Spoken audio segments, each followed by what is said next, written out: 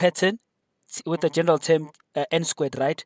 This is a quadratic sequence, right? Why are we saying that this is a quadratic sequence? Because it is in the format a n squared plus bn plus c. That's the format of a quadratic pattern, right?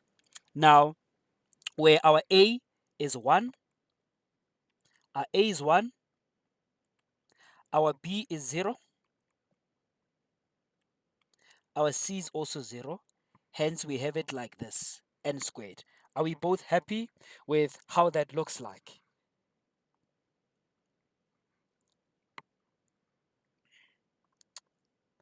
All right, proper stuff. Sharp, sharp. So now, let us find the first three terms of this pattern, right? So T1 will be equal to, in place of n, let's use a different color. In place of n, we put 1 squared, gives us a 1. That's the first term. What is the second term? In place of n, we put a 2. We get a 4. What is the third term? In place of the n, we put a 3. We get a 9. The fourth term, 16. So therefore, the first four members of the pattern are 1, 4, 9, and 16. Proper stuff. So that is T1, T2, T3, and T4. Sharp. Now, let us compare this general term, this quadratic sequence, with a quadratic function itself. The quadratic function version of this Tn would then be x squared. We're just replacing the n with the x. We're replacing the t with the f, replacing the n with the x there. So you could have also written it like this: f of x like this, with a smaller tanyana x like that. Right? Understand? You could have done that, but I'm just saying this is the official way of putting it this way. Sharp, sharp. Okay, so now I'm gonna draw. We're gonna draw the graph of this function. Let's use table of values. We have a x, a y.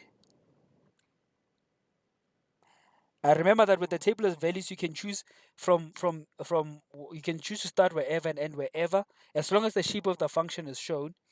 So we are going to choose from minus 2, minus 2, minus 1, 0, 1, 2, until 4, 3, 4. Okay, sharp. Let us now find the y values. So when x equal to minus 2 was, what is our y?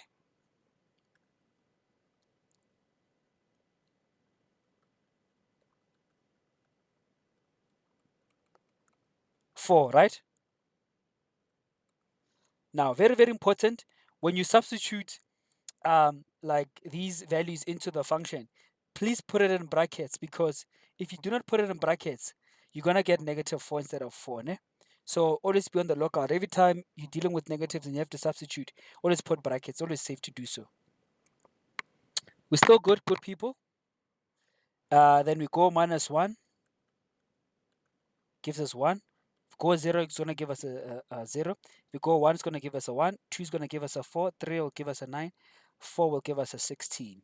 So these are the table of values. We're then going to go ahead and draw the function, the graph, sorry.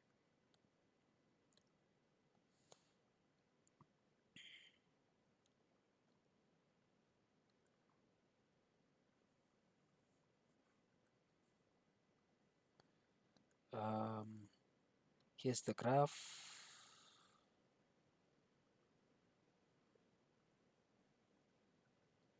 Sharp, sharp. For x equals 1, we have 1 as well. For x equals 2, we've got a 4. For x equals 3, we've got a 9, and so on, 16 and so on. For x equals minus 1, we've got a 1. X equals to minus 2, we've got a 4. Minus 3, we've got a 9 as well. Sharp. So now we are comparing the quadratic sequence with the quadratic function. So now how we got these values, these members of the sequence 1, 4, 9, and 16. So we went n equals 1, we got 4. When n equal 2, we got a sorry, n equals 1, we got a 1. N equal to 2, we got a 4. N equal to 3, we got a 9. N equal 4, we got a 16, right? So which parts of the function are the same as this? The parts are this point, specifically this point, where when you substitute x equals 1, you get a 1. The same way, it's literally this part here. It's that point, that point, that point there, right? So those are the parts that are identical to the pattern. Now, in a pattern, you guys know these numbers over here, or the ends, represent the position of the term. So now you can never get a term that is positioned -1 or -2 or -3. It is always positioned 1, 2, 3, 4, 5. Natural numbers only. So that's why here we're only interested in 1, 2, 3, and so on. These parts here in the middle, 1.5, we don't care about 1.5 because if we convert it, if we look for the a sequence version of 1.5, we wouldn't find it because there's no T1.5. It doesn't make sense. So that's how these two versions are the same. Are we happy with that?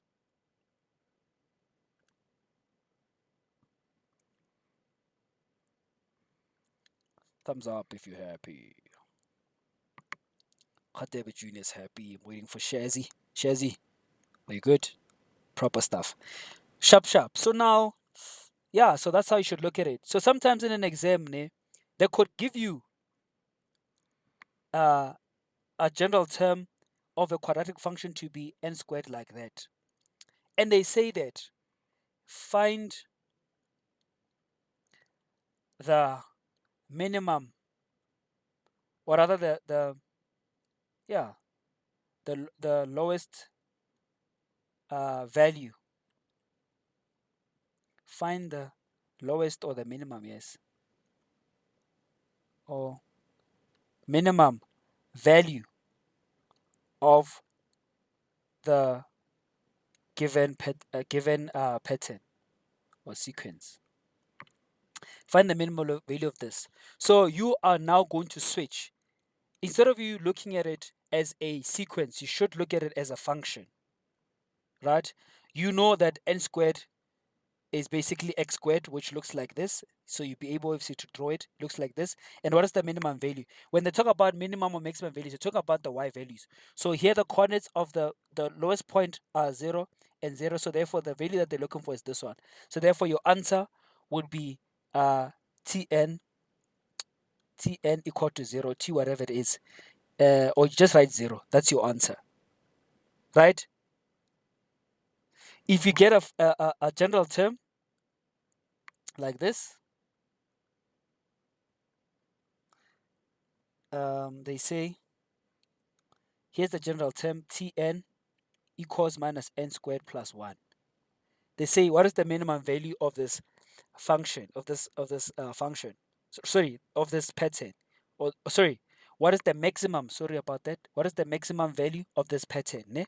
How do you find that? That means the highest value of this pattern, like the highest the value the pattern could go. That's what they're looking for, right? So so basically they are looking for this point. This is the graph. They're looking for this maximum point, the y coordinate of this maximum point. That's what they're basically looking for because that's the highest. Everything else below this point are lower values. So if this is 1, this should be maybe 0.5. This should be minus whatever. All of these values here for this graph, all of them are lower than 1. This is the highest value, the y value of 1. So how do you find that from this point, right? You take into account that this is a function,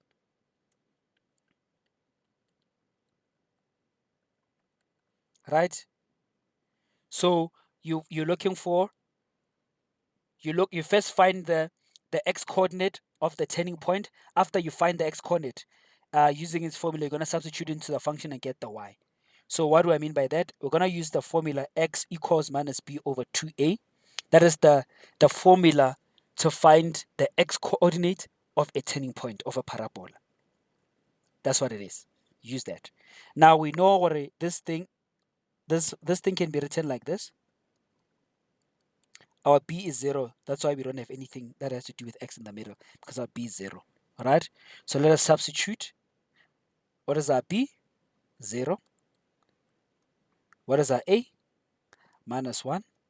Gives us an answer of 0. So x equal to 0 is the x coordinate of the turning point. That is this coordinate. Now you're looking for y. Remember, you're looking for the maximum value of this number pattern. You're looking for y. So you're going to substitute that value of x equal to 0 into this.